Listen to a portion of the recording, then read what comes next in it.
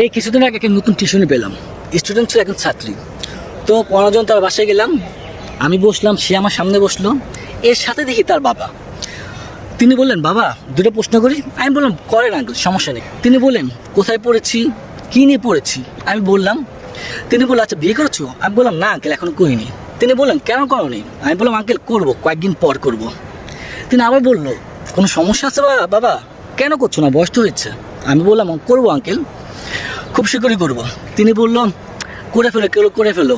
আচ্ছা কোনো সমস্যা আছে বললে বলো আমাকে। আমি বললাম, না আঙ্কেল, কোনো সমস্যা নাই, করবো। তিনি তাও আমার বিয়ে নিয়ে কোশ্চেন করতেছে, তখন আমার মেজাজ চেতে গেলো। তখন বললাম, আঙ্কেল আমি আসছি আপনি মেয়েকে পড়াতে, এর সাথে আমার বিয়ে সম্পর্ক কী।